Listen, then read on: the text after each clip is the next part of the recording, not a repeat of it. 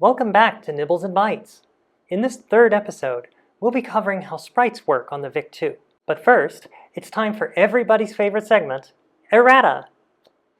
When I recorded episode 2, I didn't realize I was saying the text screen was 40 by 20. I'm not sure why I said this because the books say 40 by 25. In fact, I was even thinking 40 by 25, so I'm not entirely sure how that crept in. Also, I should clarify what I said about multiplication and division. I said that we can't do hardware-assisted floating point. I was not implying that multiplication and division can't be done without a floating point unit. It actually can, and there's actually 3 forms of it. There's fixed, floating, and integer. Now in this series, we may need these 3, depending on how we implement the algorithms in the game, but we'll get to that when we get to that. Now when it comes to BASIC, my knowledge of how it works is rather limited. I have my experience working with it as a kid, but I never really dug deep into it. So I entered this project with the mindset that I should be working in assembly language for the best possible speed. But because of that, I haven't studied how BASIC works internally. As a result, I overextended myself when I assumed some basic capabilities in episode 2. So for that my apologies. With that in mind, aside from a few immediate commands at the ready prompt, this series will focus entirely on machine language. Okay, so Errata out of the way. Let's get to the whiteboard. We've got quite a bit to cover. Okay, so the first thing we should talk about is screen coordinates. Sprites use a slightly different origin than the pixels and text that we're used to. The VIC screen is actually divided into 2 parts, the active area and the border. When the VIC draws the screen, the border is effectively a resting period where it only outputs one color. We can change that color by changing registers, but sprites, text, and pixels won't be drawn in this area by the VIC. Unlike pixels and text, the sprite's origin actually starts at the first raster line of the VIC's whole display. This means sprites can technically be positioned underneath the border off-screen. The first raster line that is actually visible in the active area is line 50, followed by line 249 at the end of the active area. Finally, the bottom border extends until line 262 on NTSC machines. Going horizontally, we have a starting width of 24 pixels and an ending of 343. Let's talk about how sprites are stored in RAM. We know we have 8 hardware sprites. They can be 24 by 21 pixels in size, or, by sacrificing horizontal resolution for color, 12 by 21 pixels in width. 2-color sprites have a very simple encoding in RAM. Each row is stored as a 3-byte triple, with each successive row following until row 20. Each bit represents a pixel in the sprite. If it's on, it'll appear as the foreground color for that sprite, but if it's off, it shows up as transparent. For the encoding here, the first byte has only the 2nd and 7th bits on. We can convert this number to hexadecimal by counting up each nibble and putting the values together. This encoding gets a little weird for multicolor sprites. In multicolor mode, we actually use 2 bits per pixel, which allows us to choose from 3 colors and transparency. Since this mode sacrifices horizontal resolution, though, it still only uses 3 bytes per row. Okay, so let's draw a simple 2-color sprite, the bars for a jail. We can do this using BASIC's built-in SPRDEF command. The first thing this command does is ask us which sprite we want to edit. Since this is a basic command, it starts from the number 1 instead of 0. For now, let's use sprite number 1 by pressing 1.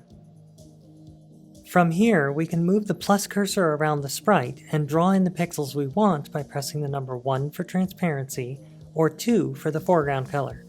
In this case, the default color is black, so our foreground color is black. Once we're done drawing, we can press Shift Return to save our changes. The program then asks us which sprite to edit again, and we can just press Return to get back to basic. Okay, let's take a look at our sprite using the Sprite command. This first field is the sprite number. Next is the on-off flag. 1 means on. The third field is the foreground color to use for the sprite. 1 in BASIC is black. This next field is the sprite priority. This determines if it will show up in front of the text or behind it. These 2 second-to-last fields control the X and Y expansion of the sprite. Basically, they double the width or height of the sprite on the screen. Finally, we have the mode parameter. If this is set to 0, we're telling the Vic that it's a 2-color sprite. If it's 1, it's a multicolor sprite. Okay, so now that we can show our sprite, let's move it to the upper left corner. We'll use Basic's Move Spur for now, but we'll get to it in Assembler in a moment. So what's our sprite look like in RAM? Let's use the monitor to dump the RAM at location E100 hex. You can immediately see the bars in the data. Now the neat thing about the 128's monitor is that we can edit these bytes directly using the arrow keys, typing in new data, and pressing return. You can see as I change these bytes all to Fs or zeros, it changes the way the sprite looks in the upper left. So now that we have a sprite, let's write a program to move it around on the screen. Our program starts out simple enough. We load one into A and then store it into 2 memory locations. The first, 12FD, is used to stop the basic video interrupt handler. Setting this to any non-zero value prevents it from running. We have to set this to prevent BASIC from overriding our changes to the VIX registers. The second, D015, is the Sprite Enable register in the VIC. Each bit of this register controls whether or not a sprite is turned on or off. Since we want sprite 0 to be displayed, we set this to 1. Next, we store 0 to sprite 0's X offset register. We then transfer the 0 in A to the index registers to get ready to do our delay loop. Since the VIC draws a full screen at 1/60th of a second, we have to slow down our program to see the effects on the screen. To do this, we actually abuse the store operations to store the same value to the X offset register 3 times in a row. Following the stores, we increment Y until it rolls over to 0 in an inner loop that executes 256 times. We're storing X to the sprite's X offset register, so as we increment, the sprite should march across the screen. Finally, we also increment X until it rolls over to 0 in the outer loop, which also executes 256 times. Now that we have our program entered, let's give it a try. What? Why is it only moving part way? Because our registers are only 8 bits, and we address RAM in 8-bit bytes, the biggest value that we can store in one operation is 255. Sprite coordinates have a maximum visible X value of 343. This means we have a seam at 255 that can only be passed by using another bit. The designers of the VIC provided another register that solves this problem. Each bit of the register is appended to the Y coordinate of each sprite, which gives us a max value of 512. This means we have to figure out a way to toggle this most significant bit every time we need to cross the seam. One of the ways we can do this is to change our behavior based upon the CPU's status bits. First up is the negative bit. This is set when the last operation produced a negative value. Next is the overflow bit. When the CPU adds or subtracts a number that produces a signed number bigger than 8 bits, it sets this flag. Skipping past bit 5, we have the break bit. This is set when the CPU is handling a BRK instruction. Following that, we have the decimal bit. When this is set, adds and subtractions are done in binary coded decimal instead of the standard binary math. After decimal, we have the interrupt bit. This is set when the CPU is in an interrupt handler. When it's set, no other interrupt handlers will be run until it's cleared. Second to last, we have our familiar 0 bit. Anytime a register rolls over to 0 or a comparison results in 0, this bit is set. Finally, we have the carry bit. Whenever we need to borrow or carry a bit during math, this flag is used as the extra bit. The bit we're most familiar with in this register is the 0 bit. Every time we've constructed a loop using a BNE instruction, we've used this bit implicitly. Since we're just using the increment instruction to move our sprites around, we can use the 0 flag as our indicator that we need to flip the extra bit in the VIC. So now that we know what to do and when, let's fix our program. In this fixed version, we've inserted 4 more instructions between the last BNE and the final jump. At this point, we know the 0 flag is set, which means the INX instruction overflowed to 0. This means we should flip that extra bit for sprite 0. We load in the Sprite X MSB register at D010 into A. We then zero out all the bits except the one we care about using AND. Then we toggle the MSB for sprite 0 using an exclusive OR operation. And finally store the result back in the register and restart the program. Alright, let's try it one more time. Yes!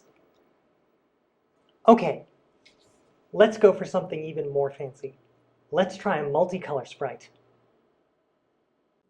Multicolor sprites aren't all that different from two-color sprites. They can show 3 colors at once, with 2 of those colors shared between all the sprites. We can still use BASIC's SPR_def command to define them, but we have to set the shared colors first using the SPR_color command. In our case, we'll use black and white as the shared colors. To get into multicolor mode in the sprite editor, we first have to select the sprite we want to edit, and then press the M key. From here, it works just like two-color mode, except we can press 3 and 4 for the extra 2 colors available. To set the third color, we simply press Ctrl or Commodore and a number key. Note that the width is half the normal width. Multicolor sprites use 2 bits for pixel instead of the usual 1. Multicolor Sprite's second color is actually the assigned sprite color, so color choice is important. So now that we have a sprite, let's put it up on the screen.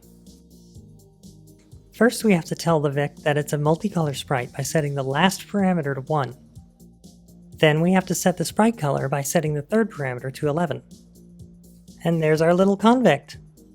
Let's see if we can fix our program to move him across the screen like we did with the bars. We didn't have to change much since BASIC has done most of the initialization for us. We just have to use the right registers and bits to move the sprite around. Okay, let's give the program a go.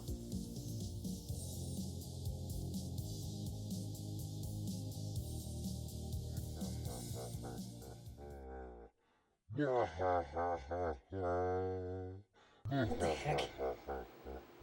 That's enough of that.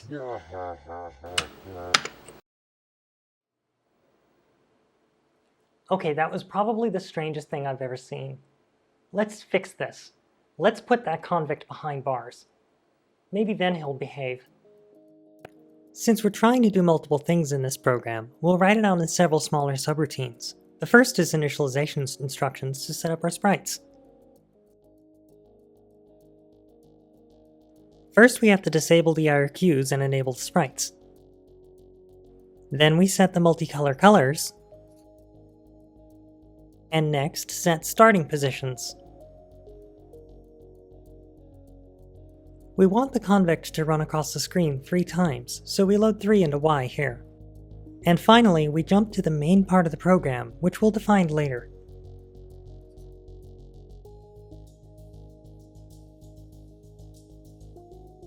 The second subroutine is a delay, similar to what we had before.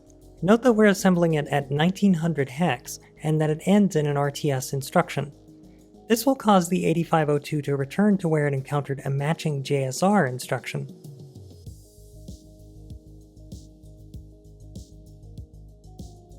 The third subroutine is the Sprite MSB bit flipper that we had before, just converted into a subroutine like the delay above. Now that we have our initialization and subroutines, let's write the main part of the program.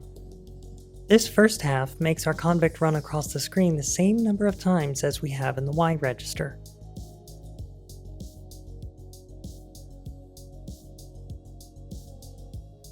The first line jumps into the delay routine to slow down a program a bit. The next line increments Sprite 2's X register by 1 directly, without loading the byte into a register first. If the increment rolled the D002 register to 0, this branch instruction will fall through to the next instruction. Now we jump into the MSB flipper routine so we can get past the seam. We add another delay, and increment the X position again in a second loop.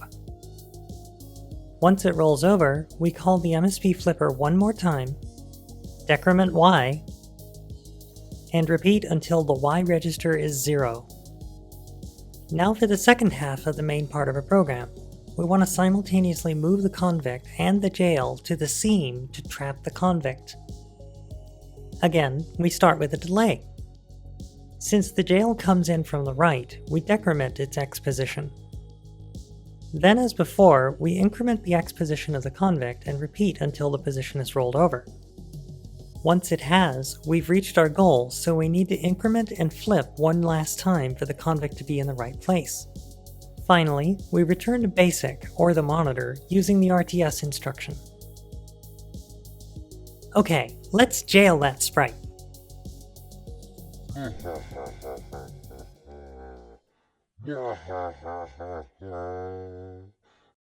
What? No. Yes! How do you like that?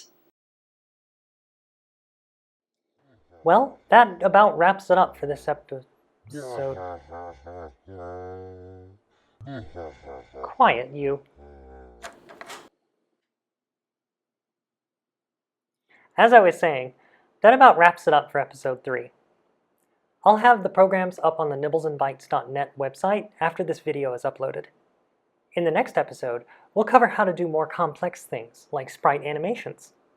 The overview we covered today is really only half the battle, since we didn't really cover sprite pointers. We'll get to that in the next episode. Thanks again, and catch you later!